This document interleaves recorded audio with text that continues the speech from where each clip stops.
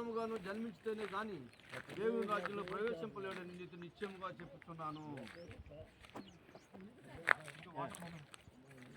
కృపా కనికరం ఆలోచనకర్త నిత్యుడకు తండ్రి ఆశ్చర్యకుడు బలవంతుడైన దేవుడు రాజులకు రాజు ప్రభులకు ప్రభులు స్తోత్రాలు చెల్లి ఎలాడితే ప్రార్థన చేయడం ఎల్లప్పుడు సంతోషముడు ప్రతి విషయం నందు కృతజ్ఞాస్తులు చెల్లితుడు. ఇదిగో నేను నిగము సజీవుడు యేసుక్రీస్తు నేను ఒకటే నేను మళ్ళీ జ్ఞాపకాన్ని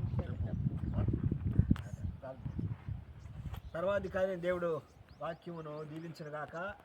ఇదిగో ఒకడు కొత్తగా జన్మిస్తేనే కానీ దేవుని రాజ్యమును చూడడని మీతో నిశ్చయముగా చెప్తానన్నాడు. అంటే ఎవరైనాను ఈ లోక సంబంధముగా మనుషుడు జన్మత పాపముతో ఆదామును ఇచ్చినటువంటి పాపము మరి పరలోక రాజ్యానికి చేర్చదని దేవుని వాక్యం చదివిస్తుంది. కాబట్టి నికోదేముతో యేసుప్రభు చెప్తున్న మాట ఏమిటంటే ఒకడు క్రొత్తగా జన్మిస్తేనే కానీ దేవుని రాజ్యమును చూడరు.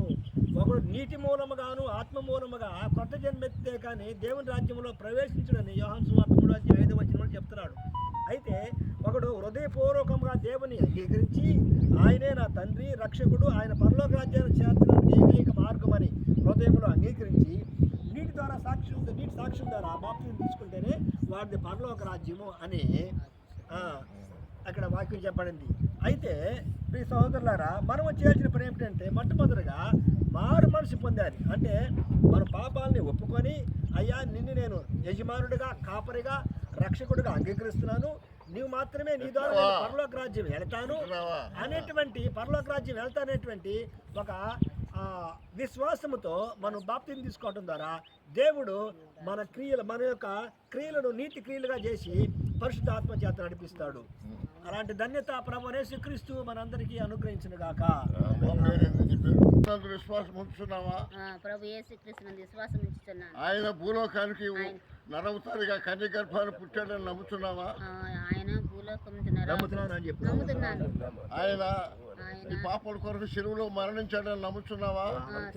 ఆయన సమాధి చేయబడి తిరిగి 3 దినములు లేచాడని నమ్ముతున్నావా? మరి నువ్వు బ్రతుకు దినములంతా ఆయన కొరకు బ్రతకగలవా? నీవు ఇచ్చిన సాక్ష్యం బట్టి తండ్రి యొక్క కుమారుని యొక్క దేవుని యొక్క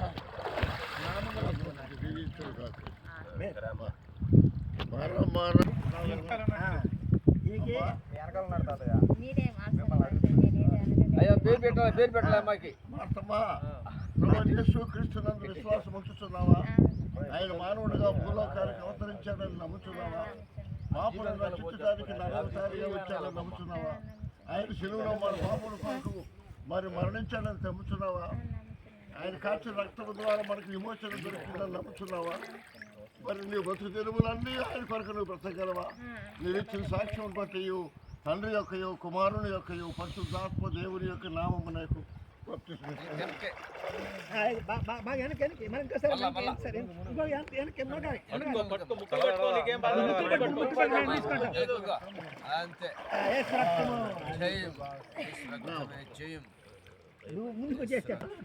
రక్తమంతా కాల్చాడు, మన కొరకు ప్రాణం పెట్టాడని నమ్ముతున్నావా?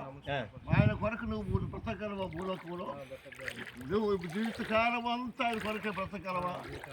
నీవు ఇచ్చిన సాక్ష్యమును బట్టి తండ్రి యొక్క కుమారుని యొక్క పరిశుద్ధ నామ పేట బాప్తిసం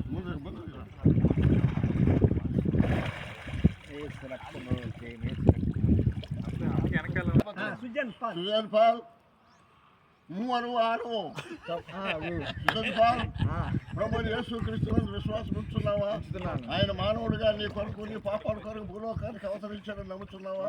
ఆయన శిలువలో తన సొంత ప్రాణాన్ని పెట్టాడని నమ్ముతున్నావా? ఆయన ఇచ్చిన రక్తాన్ని బట్టి నువ్వు ఈ లోకంలో ఆయన కొరకు బ్రతకగలవా? నువ్వు బ్రతుకు దినములని ఆయనే సేవించి స్తుతించి ఆయన కనపరుస్తావు కదా.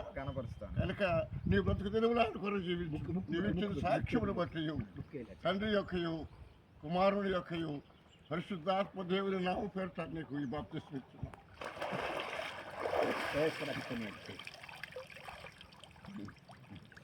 పరిశుద్ధుడా, ప్రేమ నమ్మకమైన మా తండ్రి, అవును తండ్రి, మీ కృపలో మమ్మల్ని జ్ఞాపకం చేసుకోనండి. మీ నామం పరిశిస్తున్న ఈ బాప్తిస్మమును మీరు చూస్తున్నారు పరలోకములో నుండి. నీ బిడ్డలు నాయన నీ కొరకు జీవించి నీ రాజ్యం చేరే భాగ్యమును నాకు మాకు మా అందరికీ దయచేయమని ఈ స్థలంలో ఉన్న ప్రతి బిడ్డను దీవించి ఆశీర్వదించమని బిడ్డలను మీరు కాపాడమని నిజాసుని కూడా సురేష్ పాల్ గారిని కూడా దీవించి ఆశీర్వదించుకుని ఆమేన్.